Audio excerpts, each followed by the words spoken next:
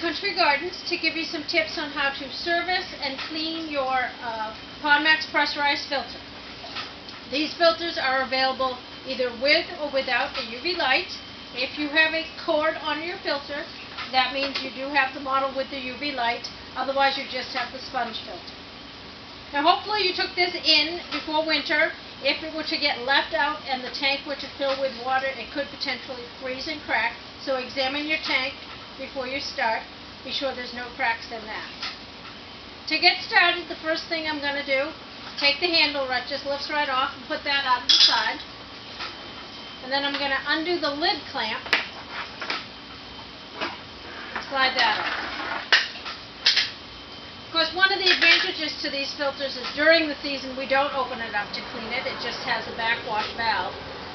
But this is the time of year, if you didn't do it in the fall, that you do want to get it opened up. The lid just kind of lifts right off. Sometimes there's a lot of suction on there if it's been together for quite some time. Lift it right off, and you'll expose where your sponges are. I'm going to set the tank aside for now.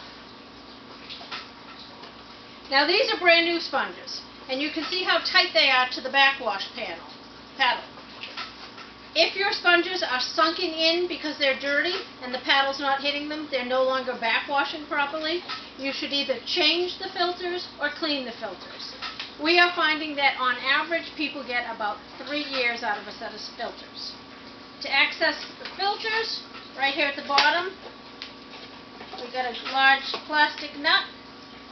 And then with your Phillips screwdriver, you can just undo this right at the base of the backwash paddle. There's a screw and washer that holds that piece on as well. I try to be careful using any kind of power screwdrivers or power drills when you're working with plastic. You do have a tendency to over-tighten. That plate just slides right off. Now you can slide each of your sponges off.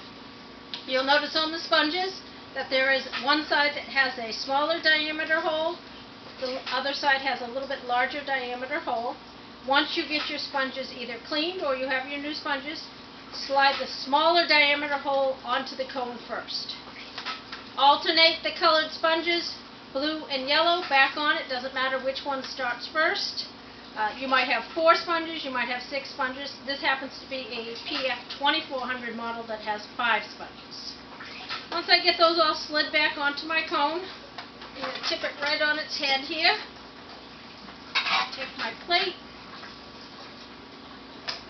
center it over the cone and over the backwash paddle. Get my plastic nut back on, and then my screw with washer.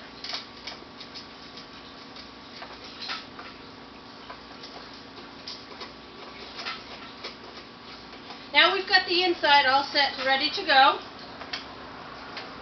I find the UV portion easier to work on if the unit is back together. So I'm going to take my tank.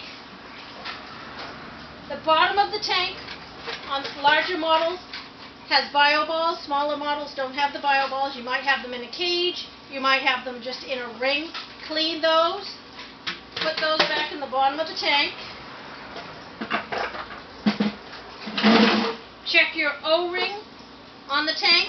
Be sure that's clean. There is a replacement washer and O-ring kit that you can buy if you're finding that a lot of your O-rings need replacement. Put your top back on and your lid clamp back on.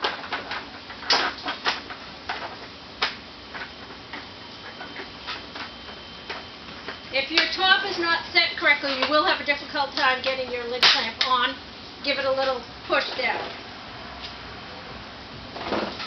The UV transformer and power supply is located on the top of the unit. There are 4 screws that hold it down.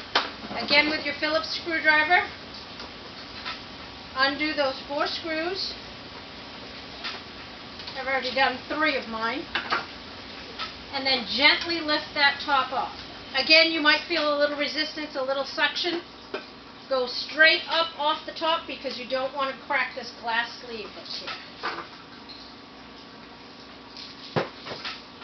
Examine your quartz glass. It should have no cracks, no holes. There should be no water inside the quartz glass. If it needs cleaning, maybe you have algae or iron deposits built up on there, you want to clean the outside of the glass. If the light cannot penetrate through the glass, it will not kill algae. To change the bulb, black plastic nut, unscrew that, and then gently lift off the quartz sleeve. You should try to avoid grabbing the UV bulbs with your hands. So I take a towel or a pair of gloves and lift the UV bulb out. You'll find the O-ring washer is in there. Clean your glass. Be sure your washer is in good condition or replace it. Get your new bulb. There should never be any signs of water damage in here either. Gently push that back down in.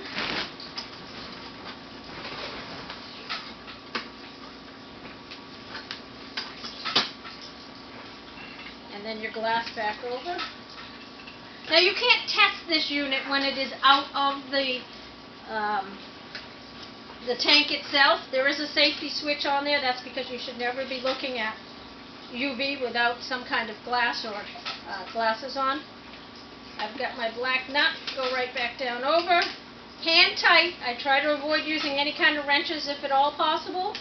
You want to get it tight enough so water doesn't leak in, but you're talking plastic and you're talking quartz glass, very easy to crack if you over tighten.